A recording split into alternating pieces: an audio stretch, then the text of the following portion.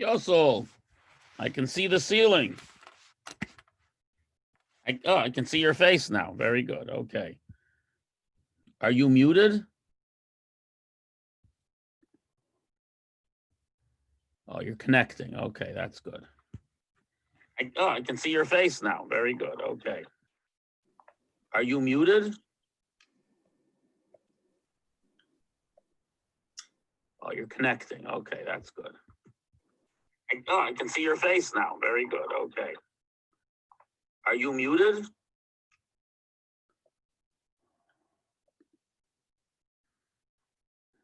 Oh, very good. Okay. Are you muted? Okay, you there, Yossel? Oh, you're muted here. Let me unmute you. There.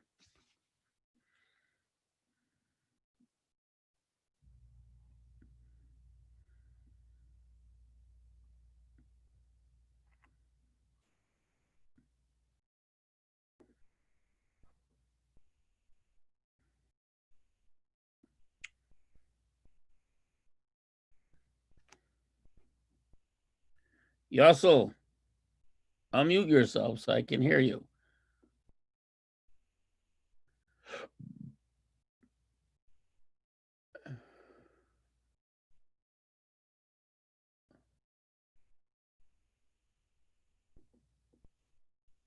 I say unmute.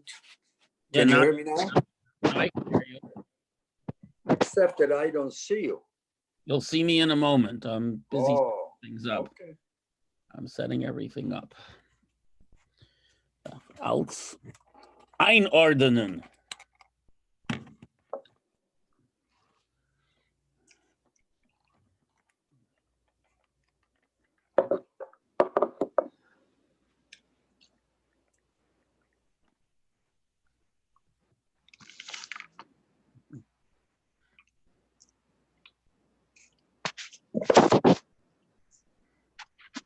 Okay, so just one moment. And here is me. Okay. Oh, now I see you.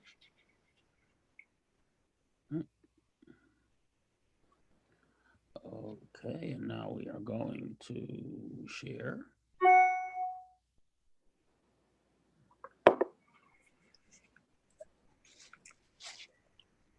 And share screen, okay. Yet. Okay, we have a few. Oh, hi, Rick. A few people watching on Facebook. Now, okay, so I'm sorry I didn't get a chance to send the links yet. I'll try to do that later today. For those watching on Facebook, I don't have a good way of showing a PowerPoint, so we'll just have to leave it. And here is welcome. Welcome, Susan. Okay. So I'm going to read the slides. Here we are. Okay, I'm gonna read the slides. And it's also being recorded on YouTube. And it'll of course be left on Facebook Live. I also make all these recordings. I record all the Zoom classes. So at some point we'll make an archive that people can go and watch. So so tonight it's called Tigers and Other Creatures. So there's a little bit of back. I got a call from my colleague in Belgravia. Now, Belgravia sounds like an Eastern European country, but it's actually the neighborhood in London that has all the embassies and billionaires, and a small shul run by the local Chabad rabbi, a gentleman by the name of Kalmanson, who grew up not far from here in New Haven. And his crowd was very interested in some American show about some very strange person implicated in murders and so on, who also raised lots of tigers, and apparently is a very popular TV show. He wanted to know what my opinion was about raging dangerous animals, about preserving animals by keeping them in these kinds of places. He was interested in conservation in Judaism. So I sort of did a mishmash of looking at these questions. So yeah, Bob, why aren't you? Are you joining us tonight?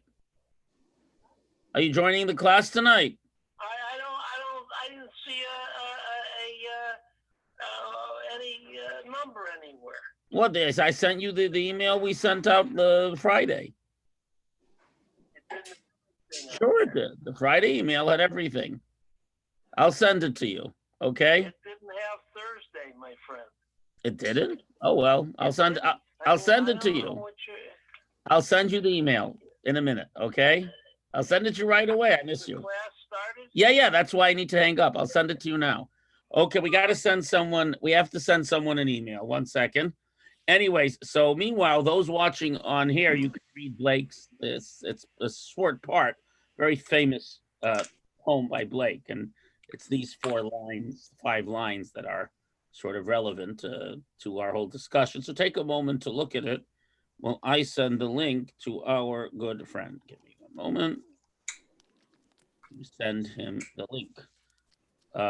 Sorry. Okay. Just gonna send the link so he can get in.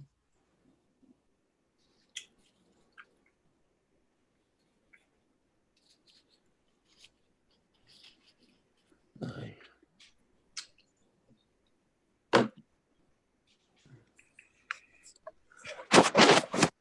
1 minute, please.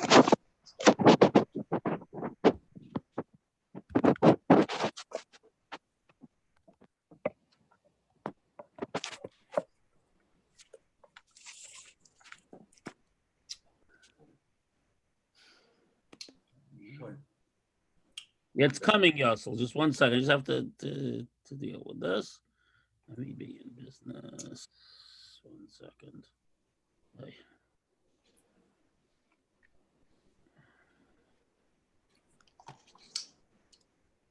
One instant.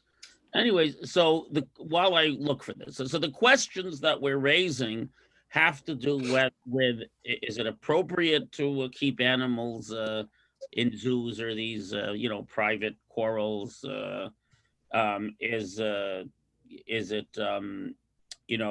and what are our obligations? Do we need to concern ourselves with preserving species and so on and so forth? So these are the questions that we are going to be looking at tonight, at least partially.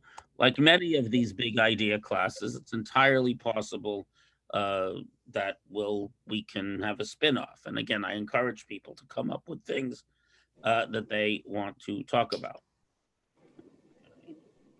Hold on, I'm almost there.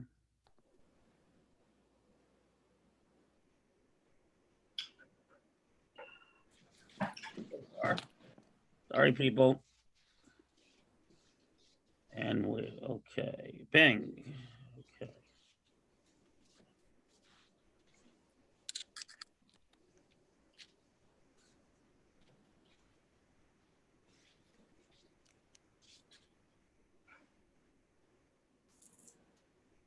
Okay. Command C, and we're going to send this off, and we'll be in business. Okay.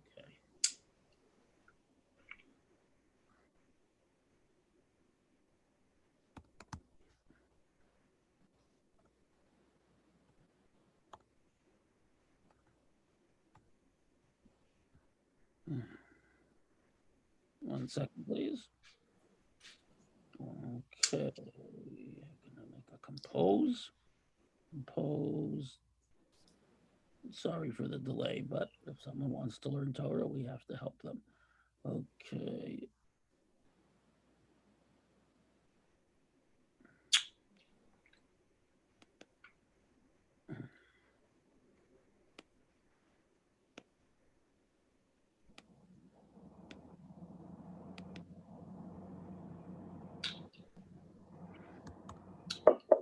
There we go. Okay. And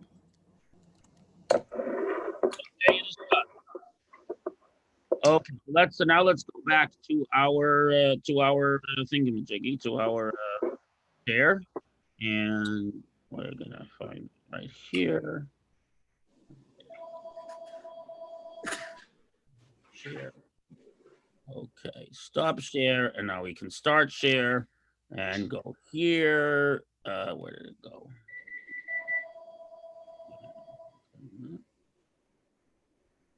And there we are. Okay, can everyone see that? Did who make the land? This is a question to God by the famous British poet. Did he who make the land make thee? This is in the late 18th century when some of the fascinating creatures of Africa and India became well known to the British, because the British had decided that 3/4 of the world belonged to them. And in doing so, a lot of people got to, as they say, only mad dogs and Englishmen go out in the midday sun. But a lot of Englishmen learned a lot of things about creatures. And one of them was perhaps the most powerful and fearless of the big cats, which is the tiger. I mean, lions and tigers are evenly sized, more or less, but the tiger is far more aggressive. So tiger, tiger, burning bright in the forests of the night, what immortal hand or eye did frame thy fearful symmetry? So there's this cute little lamb and this huge scary tiger, and Blake wants to know, did God make both of them? And the answer, he did, and he hints that, one of the things that Maimonides says, interesting to use Maimonides and Blake in the same sentence, but why not? Maimonides says that one of the ways in which we, in one of the ways in which we are able, hi Bob, it was number 13 on the email. Here, you're muted. I unmuted you now, so you can unmute yourself. At any rate, This is the last day you'll see me on this computer. are you getting a better one? Yeah. Good, thank God, because we like hearing your real voice, not your Darth Vader voice. Anyways, Joe Singer, you got to drop your computer so I can see your pretty face. Oh. So at any rate, the Maimonides says that how does one come to love God? When you look at God's amazing creatures, you understand the true greatness of the Creator, and you come to be both in awe and to love such an amazing being who creates such amazing things.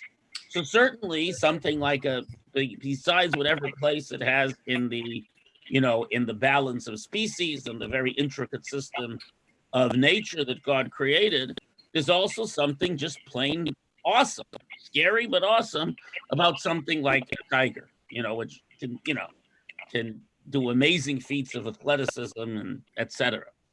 So they're also pretty smart. So at any rate, one of the first things is that if one truly appreciates,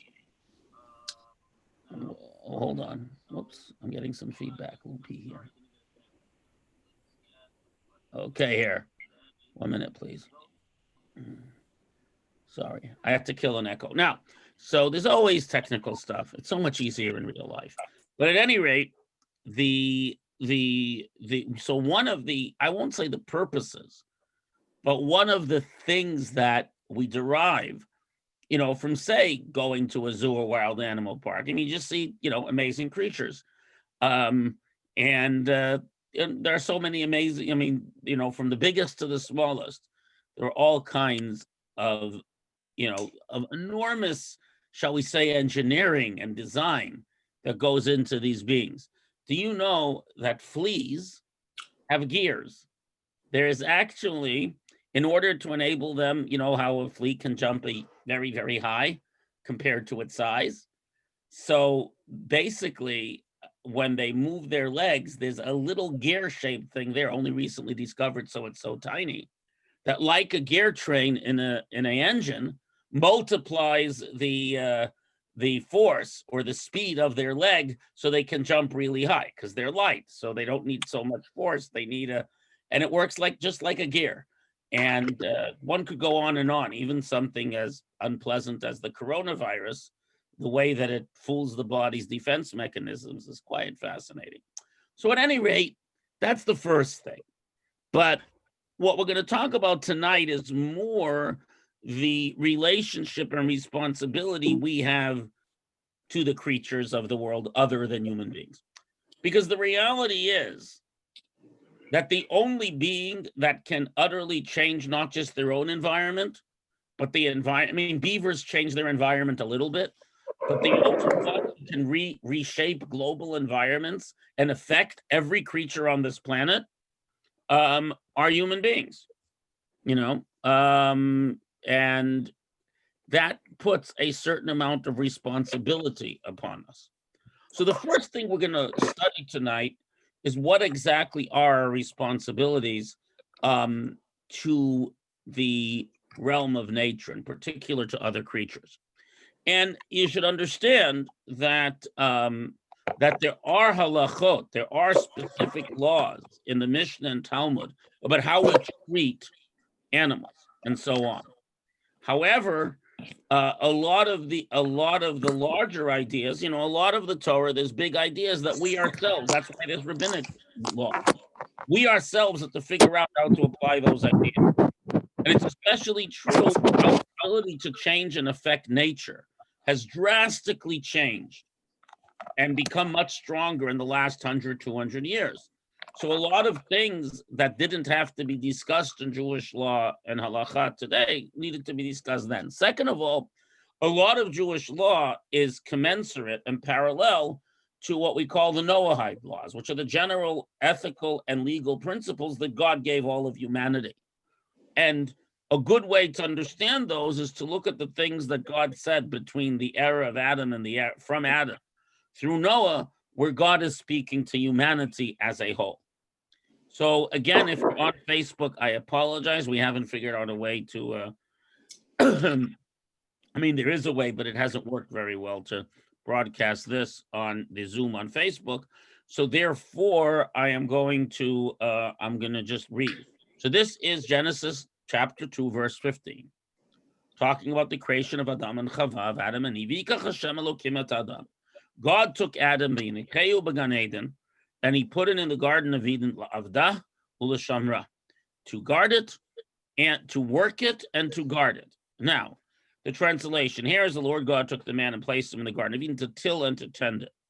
But we need to talk about the word Avda, because we do know that there is a body of opinion throughout history that maybe we shouldn't change the world at all, that we should occupy as little of the world as possible and let nature take its course. And you have people who've been very against technology, very against civilization, who've gone to live off in the wild and so on, occasionally getting eaten by bears, but or other things, lions, tigers, bears, etc. But generally speaking, there are 7 billion people on the planet, and that's not going to work for most of them. The Torah says that God put the man, which in this case was before he split him into Adam and Chava, so it's the human being, which includes Adam and Eve, who later get split into two.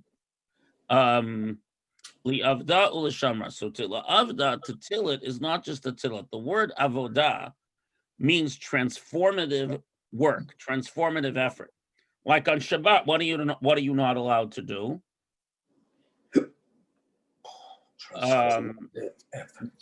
Hold on, someone's trying to get in, I'm told. Hold on. 1 second. No, I don't see. Anyways, so la'avda, which means to say to work, means creative work. On Shabbat, you're not allowed to do creative work. You can schlep tables and heavy pots of soup to feed people, but you can't write 2 letters, which could form a word. You can't do much smaller things that involve skill and effort and creativity.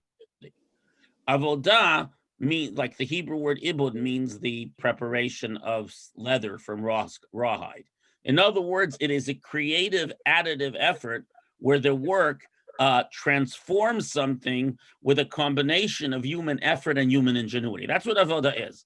The word avodah means the transformation of some natural entity, like the land. That's where the word, that's where till comes from, by the application of a combination of human effort and ingenuity. Where there's no ingenuity involved, typically, that is not avodah. So, if you understand that, so we understand that man has the obligation to transform the world into a place that is an optimal habitation for the human civilizational experience, but at the same time, u'lashamra, to guard it. What does l'shamra, to guard it, mean? Not to destroy it, not to make it, not in the effort to make it productive, to destroy it for future generations. In other words, if the Torah commands us against cutting down fruit trees, and if you till the land in such a way that it becomes useless for future generations, that's against l'shamra. To guard it means that you have to use it in literally, well before anyone made up that word, in a sustainable way. You have to improve the world in such a way that it remains able to sustain future generations. One of the medieval commentators on the commandment not to destroy the fruit trees of an enemy says, are the fruit trees then a man that you're waging war with? And this commentary, I forget, maybe the Chinuch says, I forget who it was, but his commentary says as follows: because right now you have a battle with these people, but maybe you'll be at peace with their grandchildren. Since it takes so long for a tree to grow, the tree is not your enemy. The people now are your enemy, but the grandchildren may not be your enemy. So why you would destroy the capacity of the trees of the land to give food? So, so this is a matter of a fact. And when one of these sessions, we'll discuss the laws of war. That might the question of whether it is permitted to use nuclear weapons might revolve around this question of non-habitability.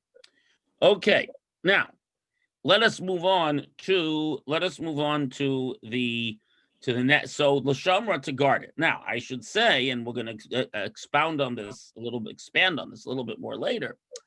You should know that including and guarding it, according to Nachmanides and other great commentators who are this era of Jewish philosophers and commentators, Nachmanides, Maimonides, particularly Nachmanides, and the Sforno also makes a similar statement a little bit later, and they all say that part of our obligation to guard the world is to guard its species. That God created. God has an absolute value to every human life, unless you do something that makes it necessary to destroy it. But typically speaking, every human life has absolute value. And every human being, the term is be'ish, every individual human being, be'ish, each individual, has the right to exist, barring them trying to kill you or something, or transgressing a capital crime. But the creatures and plants, they have the right to exist b'min in the species. We are not allowed to destroy a species of animal, whichever species of animals God put on this world. Now, nature may cause their extinction, but it's our job to do the best we can, l'shamra, to guard the existence of each and every species. And it would seem to follow that therefore, if a species is in danger of extinction, especially because of human action, we may have an obligation to do whatever we need, even if it involves some captivity, to preserve that species. And incidentally, even if it's expensive. And now in chapter 9, God is speaking to Noah when he gets out of the flood. Morachem v'chitchem, the fear and dread of you should be upon all the beasts of the earth and upon all the birds of the sky. Everything in which is with the earth is astir, and upon all the fish of the sea they are given into your hand. Because before Noah, we were all vegetarians. We weren't allowed to eat meat or fish or birds. After the flood, we were allowed to eat of the creatures. And it says, all kol remes, all swarming things that live you may eat, just like the green grasses.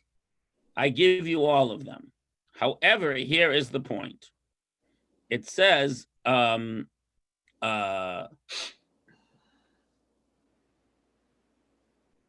it says kol remes ashulchai, that it's living lachem. I have given it all to you.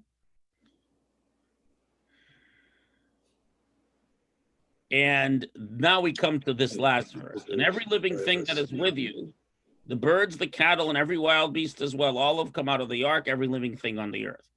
So what is he saying? On one hand, I've given them all to you to eat. I mean, because not everyone has to keep kosher, only Jews do. I've given them all to you to eat. On the other hand, the chochayat haaretz, all the living thing of the land, I'm putting here the marker on this, I hope you can see it, itchem, the Hebrew itchem, which means with you. In other words, all these creatures have to stay with you. As long as you're here on this planet, they have to be here. You may take individuals to eat.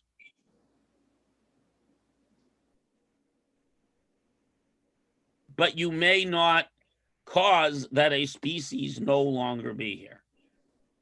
So even if it's economically expensive and so on, as human beings, we are obliged. And the truth is, the fact that Nachmanides talks about this is interesting, because in the 13th century, our capacity to render species extinct was relatively small. At that point, the only species that we had successfully, I use the word euphemistically, rendered extinct, were actually certain large birds in New Zealand and Australia, and certain other creatures there, because there weren't a lot of them. Even the aurochs, which is the wild European ox, which is a subspecies of the cattle family, was only rendered extinct in the 19th century. So, okay. Now I'm going to read to you from the Sefer HaChinuch. Rabbi, Yes. but we know there are literally millions of species that disappeared and new ones came up. I mean, it's a process that sometimes we don't have much to do with at all. So that's what I said before, where it's up to us, where we are the ones. I said before that species come and go and may not be controlled by us. But as human beings, to the extent that it's our actions negate a species, we cannot use nature in such a way that destroys a species. If Hashem chooses that a species go bye-bye, that's God's business. So in here, okay, so the Sefer HaChinuch, Rabbi Avram Aron Halevi of Barcelona, 13th century, though this idea is also found in Nachmanides a little bit at the same time, and also in the writings of Nachmanides. So there's a mitzvah to send away the mother bird if he takes it upon the young. The mitzvah is to send away the mother bird from the nest before he takes the young, as it's stated, you shall surely send away the mother, and the young shall take for you. It is the root of this commandment to put into heart the providence of God and be blessed is upon all his creatures, with the human species individually, as it's written in Eo, for his eyes are upon a man's ways, and upon other species of animal generally. Meaning to say, here's the key words. So even though Nachmanides, it says the same idea, but the Chinuch says it much clearer. The Chinuch, by the way, was written for the author's 12-year-old son. So he shouldn't be bored in Shabbat afternoon. But it's a very lucid explanation of the mitzvot. One of the things you derive from the chinuch is that you shouldn't be afraid of discussing difficult topics with your kids, because some of the topics here are pretty difficult. Anyway, and upon the other species of animals generally, meaning to say that his desire may be blessed is toward the existence of the particular species. As God desires that each human being's life be protected and preserved, God desires that each species be preserved. And again, why? just 1 minute, Joe, in just a minute, and I'll answer your question in a second. I just want to make an important point. That just as people, God forbid, get sick, and everyone sooner or later dies of old age, hopefully 120 or later, right? But nevertheless, it's our job to preserve life of human beings as much as possible. So too with species. It may be that a species dies of old age, as if it were. That's God's business. But human activity should not cause the loss of a species. And it's our job to organize our activity in such a way that we don't destroy species. And if it's inevitable, we should do what we can to preserve it. That is my understanding of some of our greatest minds, in particular, the Chinuch, the Seforno, and Maimonides and Nachmanides about this issue. Now, Joe, go ahead. So I wonder if any of the sages asked that question because the Torah permits to take the eggs or the young. All you have to do is send away the mother. But when you take the young and you take the eggs, you destroy the species. No, because well, I mean, if there is no reproduction, oy, if everybody does it. Joe, how many times in its lifetime does a chicken lay eggs? More than one. One a day. Right. So if you send away the mother bird and you take her eggs, when she comes back and finds no eggs, so in the next cycle, she'll give eggs. And the point is that if you take the mother bird and the eggs, you're taking a species. So Nachmanides explains, and this is what the Chinuch is alluding to. Nachmanides explains that unlike domesticated species, which live wherever you stick them, non-domesticated species, wild species, they tend to occupy a given range. So a lot of birds, you won't find two of the same bird within a few yards of each other because each has its own territory. And he says that each family of birds is, in modern terms, we would say, genetically diverse. It represents a subspecies. So Nachmanides says, Reb Moshe ben Nachman, that it is so problematic to destroy a species that even a subspecies, in other words, a small group of birds that is genetically different from the other ones, you're not allowed to destroy the whole family. Because that's like destroying a species. All the more so you can't destroy a species. So therefore, you send the mother bird away and take the baby birds or the eggs because the mother will lay other eggs. But if you take the mother, that particular genetic line comes to an end, and even a subspecies is considered a species. My point is that Nachmanides, and it's reflected in Halacha, is clearly making the point that the prohibition against destroying a genetic line is so strong, even a very small, a very minor variant of a genetic line, you're not allowed to destroy. Again, using modern terminology. So Nachmanides and the Chinuch are way ahead of their time in this regard, but the Torah is always way ahead of us. Therefore, no species will ever become extinct from all of the species of creatures. That is due to the providence. Now, here's the answer to your original question, Joe. As it is due to the providence of the living and existing forever, that's a nice way of saying God, may be blessed, that their existence is found. And as long as God wants a creature to exist, it'll exist. If God wants something to disappear, like mammoths, right? We find them in the snow in Siberia. Apparently, they're still edible. But if Hashem wants something to disappear, it will. But if he doesn't, but it's our job not to. Okay.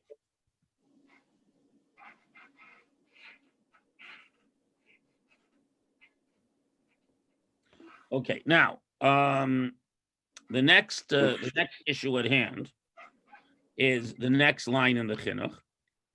And when a man places his mind to this, he understands the ways of God.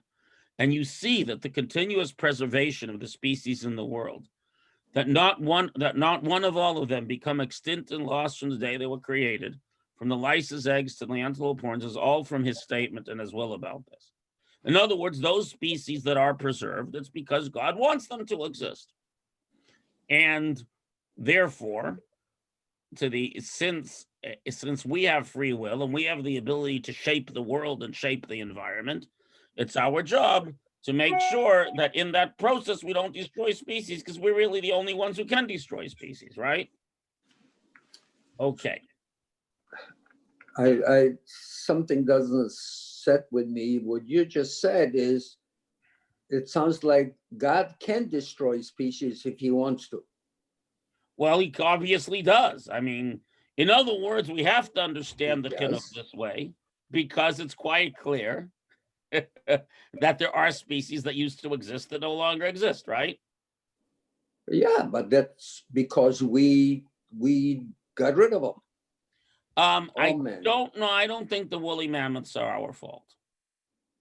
Oh, yeah. That's a changing environment. But And you By can't the blame, time, by and the women time think you all, can't blame global warming, man-made global warming, because no one was burning too much carbon then. It was a climate change, but divine-made climate change. and I don't.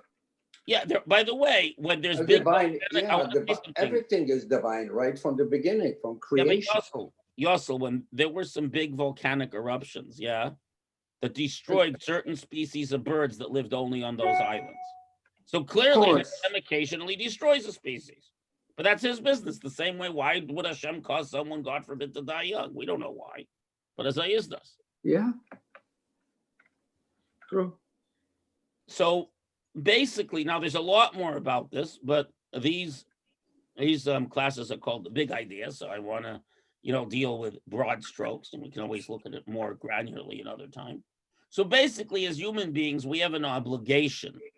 So they're to protect species, and therefore, if due to factors beyond our control, in other words, urbanization, cultivation, pollution, whatever it is, we see that a species is disappearing, like say the Siberian tiger, of which there are very few.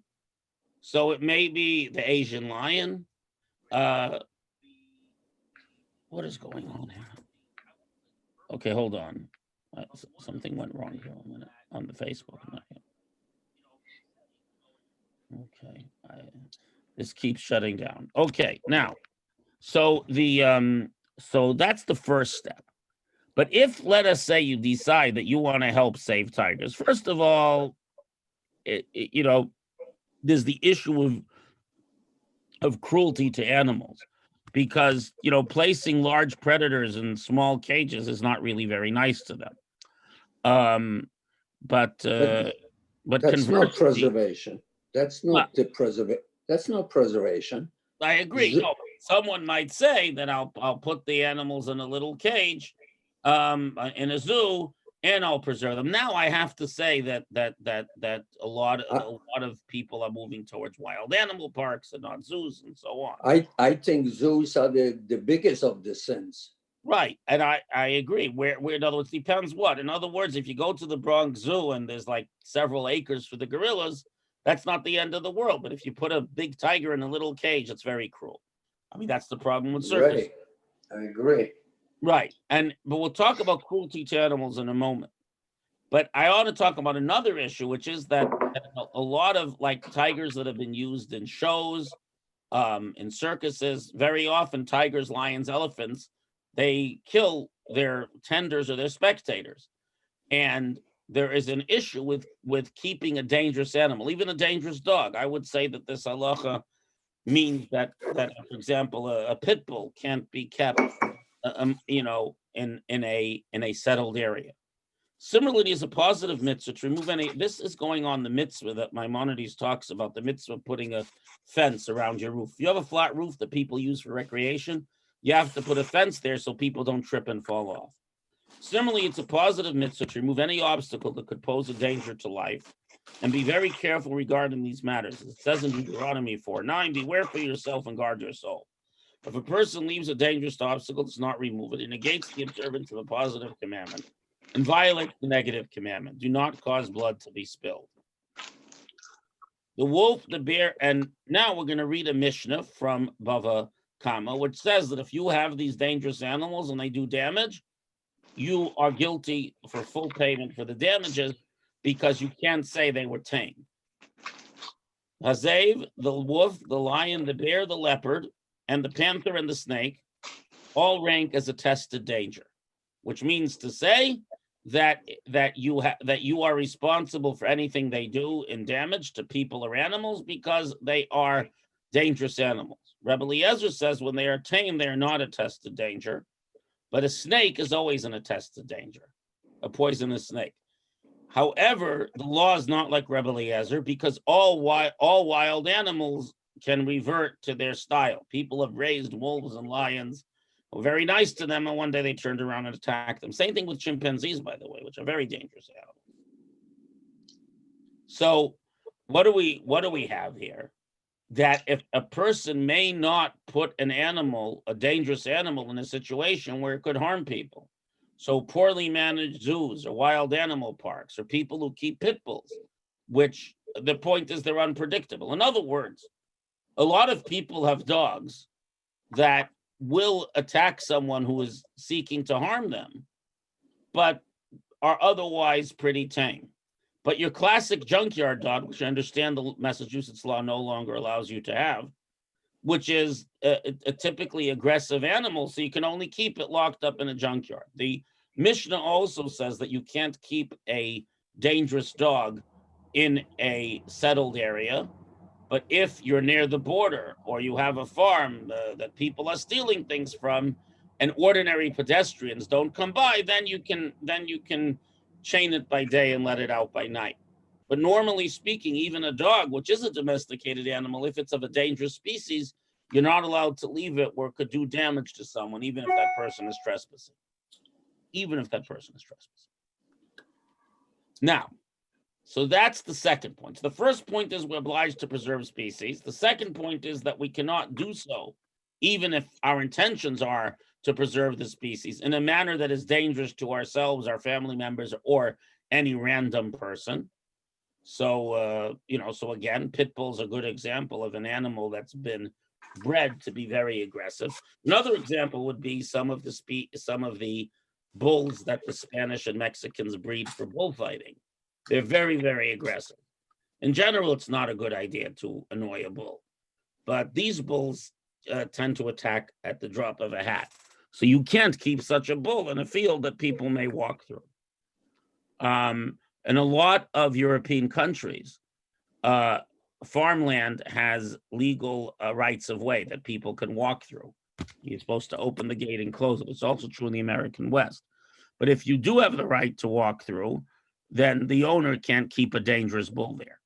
Not a bull that if you aggravate it will attack you, but the kind of bull that, is likely to attack at any point. So that's point number 2.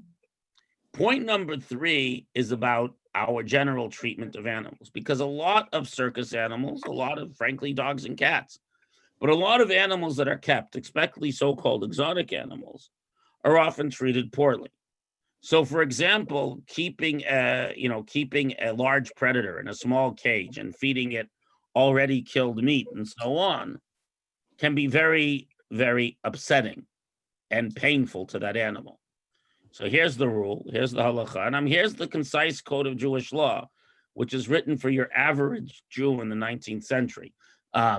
So these laws are, everything in the Kitzur Shulchan Aruch concise code of Jewish law is sort of basic, fundamental, the basic limits of Jewish law. The Torah forbids us to inflict suffering on any living creature. That is one of the reasons why shechita needs to be done, the ritual slaughter, in such a way that is as painless as possible to the animal. On the contrary, it's an obligation to remove the suffering of any creature, even if it's ownerless and even if it belongs to a non-Jew. Why is that significant? Because the non-Jew can say, well, I don't have this religious belief. I don't care if an animal suffers, we say, but we're obliged to do what we can to remove an animal's suffering, even if it's a wild animal, which means to say that we can kill an animal for food, use it, but we're not allowed to use it in a way that inflicts suffering to it. That's why I have I have a friend, a rabbi, who once ruled that because of the way the carriage horses that you see in Central Park in New York City are treated, a Jew isn't allowed to rent such a carriage because they're not treated well. Whereas the horse and carriage that took each of the kids to the graduation podium at my son's 8th grade graduation the other day, that's a Springfield horse. I think it's actually somewhere out in Agawam or something, and that's a well-treated horse, so that's different. Okay, so does the Shulchan Aruch allow medical testing on animals? Well, Joe, you are a prophet. or maybe the son of a prophet. However, Well, here's the next piece. If they are troublesome to mankind, or if they're needed for like a bee or a wasp, if it's trying to sting you, or a mosquito, or if they're needed for medical purposes, or for any other purpose, it is permitted even to kill them or disregard their claim. For the Torah permits us to slaughter them. And the point being that if you need to test an animal and make it sick, which could be uncomfortable for the animal, granted, we should do what we can to make the animal as comfortable as possible. But we're still now, but that's only where there's a benefit to man. So, for example, testing cosmetics on the eyes of rabbits to see how badly they're irritated, since there are other ways of doing this and cosmetics aren't an absolute necessity, so many rabbis, halachic authorities feel that for a minor gain, a significant pain is not permitted. So, but for actual medical testing, to test the vaccine, to test the surgery, and so on, a lot of the research done on gunshot wounds involved pigs, which are pretty much the same size and similar organ build to people. So those things are permitted if there's no, here's the key point. The Kitzur Shulchan are very concise. But the general, if there's no other way to develop a medical technology without animal testing, and that animal testing involves some suffering, we have to minimize the suffering, but the animal suffering is secondary to human survival.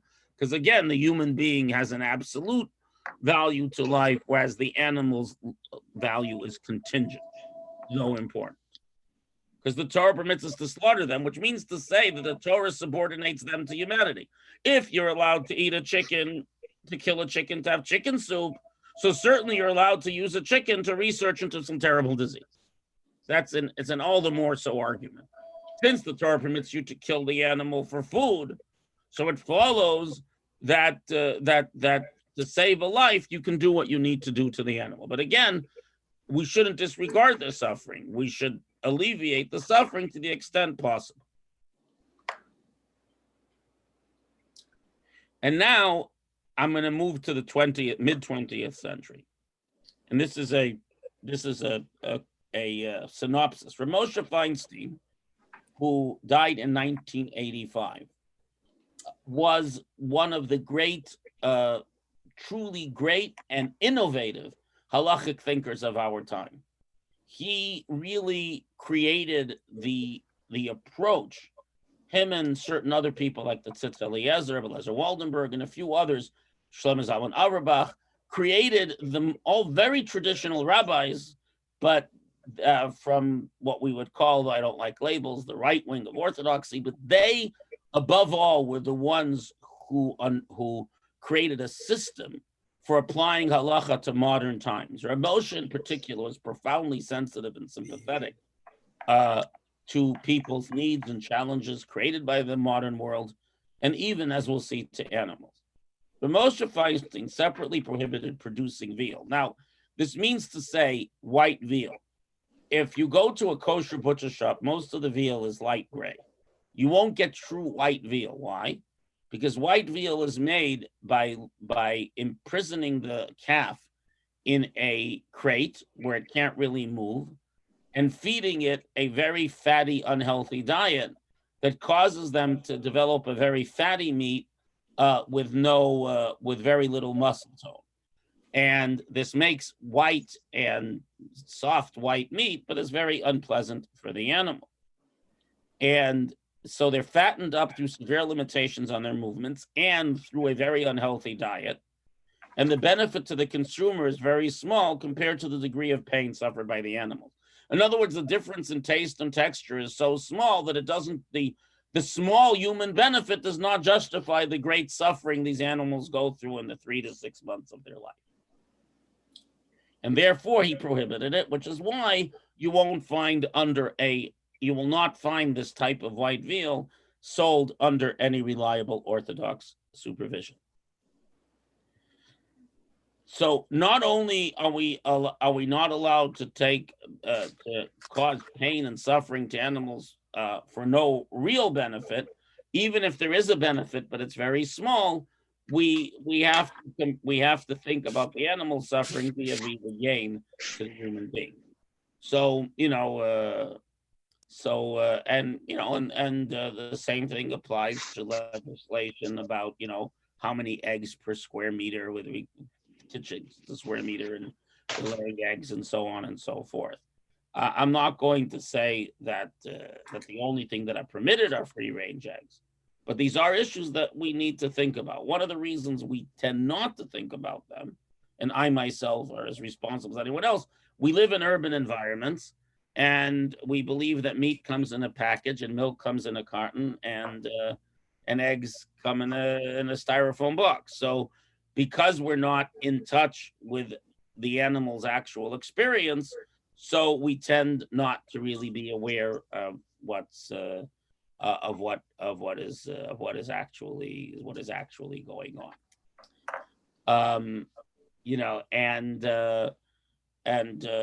In that context, even that we're allowed to eat meat and so on, there's a really interesting statement that when we get something new, like a new suit or a new or a new dress, a nice new article of clothing, we say a bracha shechianu, blessed is God who brought us to this time.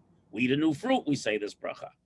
So what's really interesting is that, as we know, what is some of the most expensive clothing a person can buy, and one which truly, a really good pair really makes you comfortable and makes you feel, and makes you look well dressed, is shoes.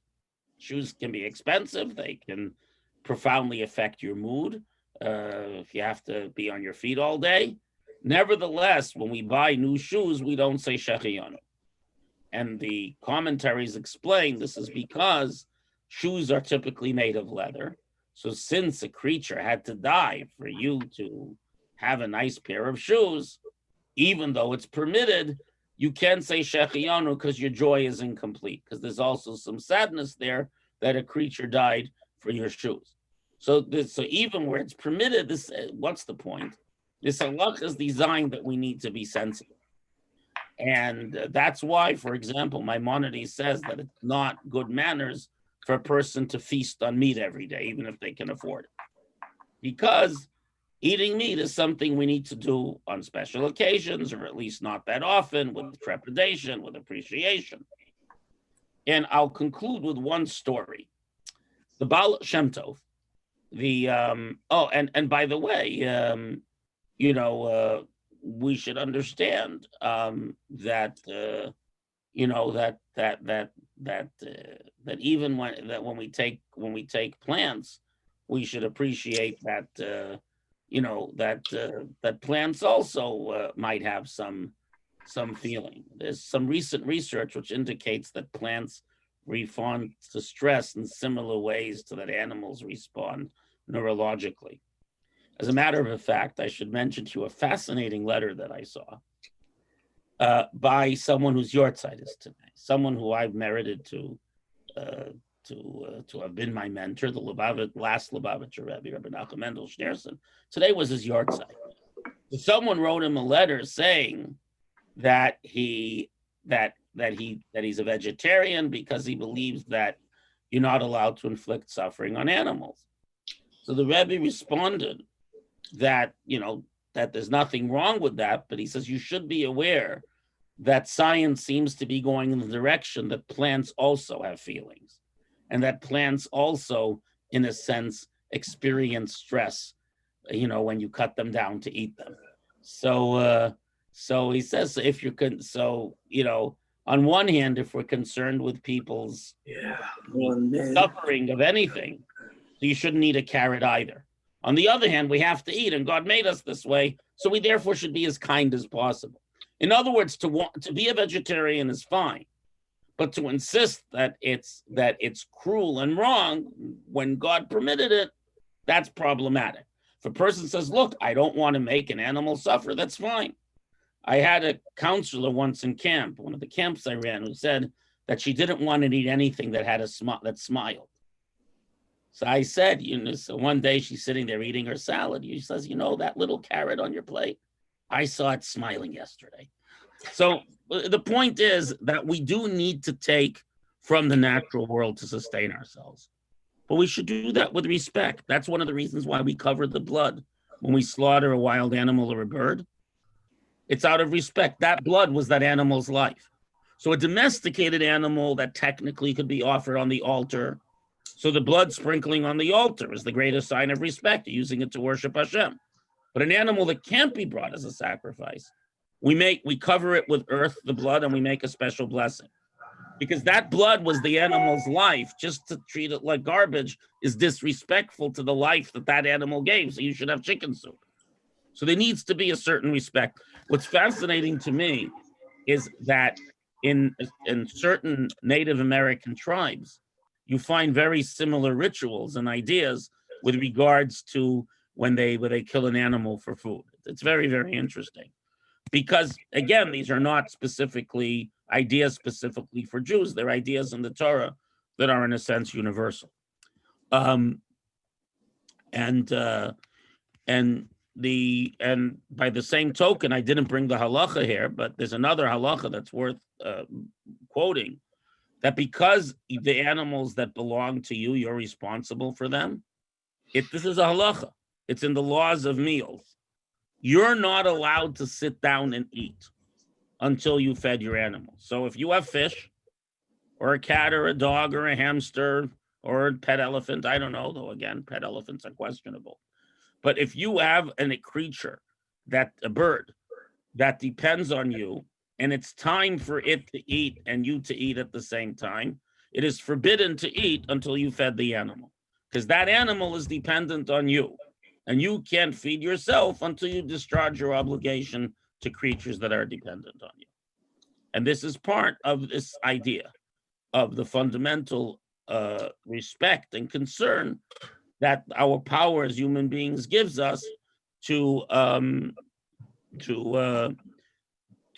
need that we have to use that power carefully and respectfully, and in a way that doesn't inflict unnecessary suffering. And that's the third component of a discussion about our relationship to animals, especially to those that we take into our orbit and influence. Any questions before we go? Yeah, I think, I don't have really a question, but I just was wondering about all these prohibitions and restrictions. Yeah. So I think they're so good because then we are not so cruel to animals, to all the animals around us, not only the ones that live with us. And it's also good that we can also transfer, or we can associate this love and this that we have for our animals also to other species and also to other human beings. What I think is really sad is that when I was vegan myself, and there were so many vegan communities and groups that I didn't like because they focus on non-cruelty towards animals, but they were very cruel to the human beings. That's a very good observation. No, that's a very good observation. I'll tell you why. Because there's a verse in Hosea, in the prophet Hosea, that says, Zovche Adam, Agolim Yimshoku. Those who slaughter men kiss cows. So like the Nazis had very strict rules against animal cruelty, but murdered millions of people. Right. A cat had more rights in Nazi Germany than a Jewish child. So, and the point is that Rav Kook, who advocates vegetarianism, Rav Avram Yitzchak Kook said an amazing thing. In his piece about vegetarianism, he says that there is a danger that people's sympathy to animals is based on the idea that human beings and animals are no different. And if you say that a human being and animal is no different, then as quickly as you're willing to kill an animal, you're willing to kill a human being. That's the problem with that kind of approach. The animal rights approach says that a chicken is the same right as a human being, which sometimes, like with the Nazis and so on, means that just like you can kill a chicken, you can kill a person. So Yeah, there's that's a right. danger in Yeah. that human beings are in charge. Human beings are a higher level, and therefore they have responsibility. Not that they're equal to animals. A very important point now. And that's a very crucial point to remember. But what you said about transferring to human beings, Nachmanides says a fascinating thing, Ramosha ben Nachman, that even though we're allowed to eat an animal, so as Maimonides points out, God can't actually have sympathy for the mother bird as a whole, because otherwise you wouldn't be allowed to eat her or the eggs. But Nachmanides says that even though the animal doesn't have a right to live per se, we can eat it. We may not be cruel. Because even if the animal doesn't have its own right to live, cruelty is a failure of the human being. And if you can be cruel to an animal, you become cruel to a human being. Cruelty is fundamentally corrupting quality. And that's why there are so many rules about one of the benefits of all the rules about shechita and the like. If you know shochtim, ritual slaughterers, they tend to be very refined people, very nice people. Whereas people who work in abattoirs where there's no rules, non-kosher abattoirs, very often they become quiet, coarse, and cruel because there's no rules against how they treat the animal. So kindness to animals brings about becoming a good and kind person. And someone who's cruel to animals is likely also to be cruel to human beings. So both things are true. You can't say that an animal you being on the same level, but if you can be cruel to a cat, you can also be cruel to human beings. And I'll just tell you that most psychopaths who are serial killers begin by torturing animals. Yeah, that's right. In a very early age, they do that. Yeah. Okay. Right. Dr. One of my doctors on Facebook points out a very interesting point, that even fish and seemingly lower animals, they show signs of pain and stress if they die unpleasantly. So it's very, very, very interesting point. It's not up to us, to decide, which animal we can be cruel to, which we can't. Don't be cruel to any of them. Okay. With that, Rabbi Soloveitchik made it very clear that in the Bereshit, when it talks about eating, it says first, don't eat from life, from living. Right, don't be cruel. Don't eat a piece of a living animal. Not to be cruel. We shouldn't be eating animals, period. No. First it says not to eat from a living animal, means blood or flesh from a living animal. In other words, Rabbi Soloveitchik, that's something else. Yeah, but it's very clear that with Noach, Hashem gave us permission to eat animals. Before Noach, you weren't allowed to. But it's true. Adam, God said you can only eat vegetables, and fruits. But with Noach, Hashem said you could eat animals. So we have to understand exactly what Rabbi Soloveitchik is referring to, except that in the permission to eat animals, God warns Noach not to eat flesh or blood from a living animal, which is cruel. And this is what we know, that cruelty to animals is prohibited. Okay. Well, and if anyone, whether on Facebook or on Zoom, or who gets my emails, or who watches this anyway, has a topic they want to address, this is a new series, The Big Idea, and I'm happy to address any topic that I know something about. Not every topic I'll know something about, but certainly if I do, I'll be more than happy to do it. So we take suggestions, send me emails, texts, and so on, and let me know what you'd like. I have plans, but I take it. Have a good night, everyone. Tomorrow we have our Zoom service and Pirkei Avot. No, thank you. Sure. Rabbi, do we have tomorrow night service? Yeah, in Shul, real live services. Thank In the you social hall. very much. Yep, in the social hall. Come on, come Thank on. you. Yeah, have a good night, everyone. Good Bye-bye. night.